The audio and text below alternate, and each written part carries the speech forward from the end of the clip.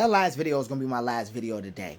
But we're gonna talk about something serious, because I hear this all the time, and it's so nonsensical to me that I believe that this is genuinely a deliberate narrative implant. Black people don't like each other.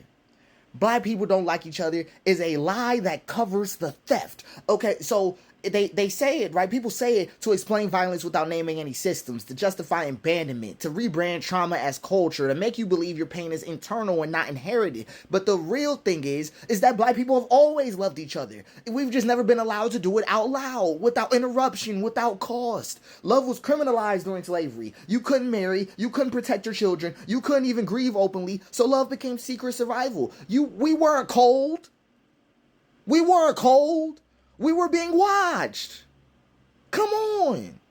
Come on, love was interrupted by separation. Families broken by prison, foster care, job migration. Every generation has been scattered. We didn't fall apart. We were torn apart. And yet we still chose to build family. Barbershops, cookouts, auntie circles, black Twitter. We kept building. You meant to tell me that this is black people not liking each other? Love was turned against us. Gang violence born out of abandoned communities trying to protect themselves. Colorism engineered during enslavement to divide the field and the house. You talk white. A defense against rejection, not hate. And then all of this is misnamed grief. Misnamed grief. That's what that is.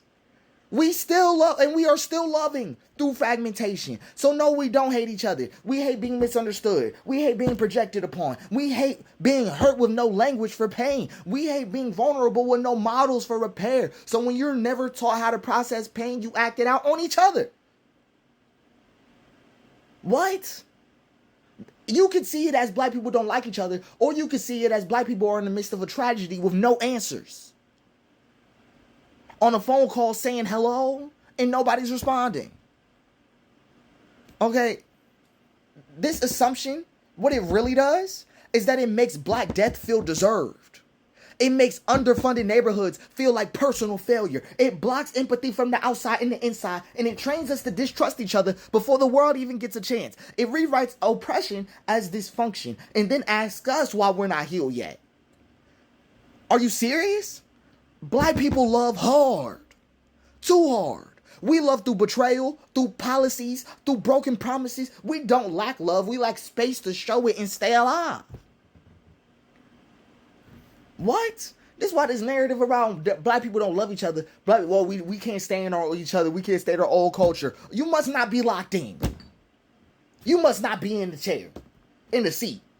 Because I've seen us try harder than ever, over and over again, through every crisis, through every denial. We keep trying to figure it out. We're the most critical people of our own self-love conditions. All right, for instance, when we often talk about why you dating outside your race? You know, why you doing all that? Why this going on? Why this going on? Why this going on? And it's because we genuinely care, right? It's just that when you get shown self-policing, right, when self-policing gets proposed to you as education, then instead of empathy, you grow up, right, the big op.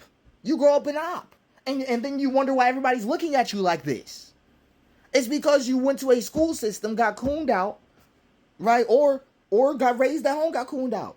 And now you're in society acting like this. When in reality, our culture needs time to grieve, space to process, space to love safely.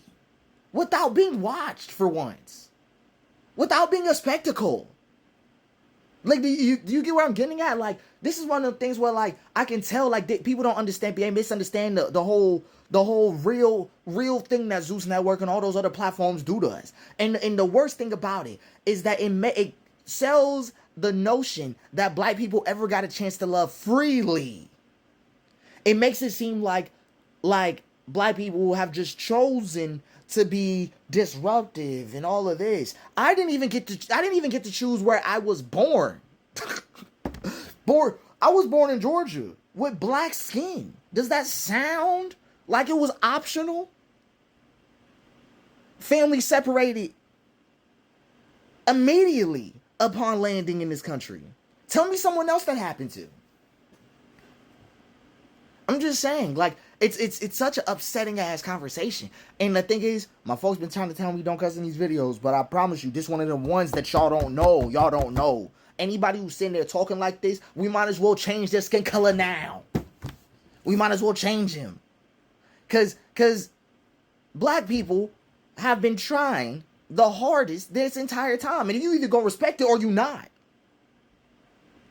That's where I'm at. That's why I keep going back to it's okay to leave the culture if you're too exhausted. Because black culture is not about exhaustion at all. Black culture is not about exhaustion. And some people think it is. Some of y'all really think it is. Some of this is really a personal rebuke. Because black culture is not about exhaustion. That's the thing I fear for it the most. I fear that we'll get to this place where instead of treasuring the fact that we've been able to build, we've been able to start over and over again, find the footing over and over again, reach our ancestors over and over again. We would rather criticize the fact that we were oppressed.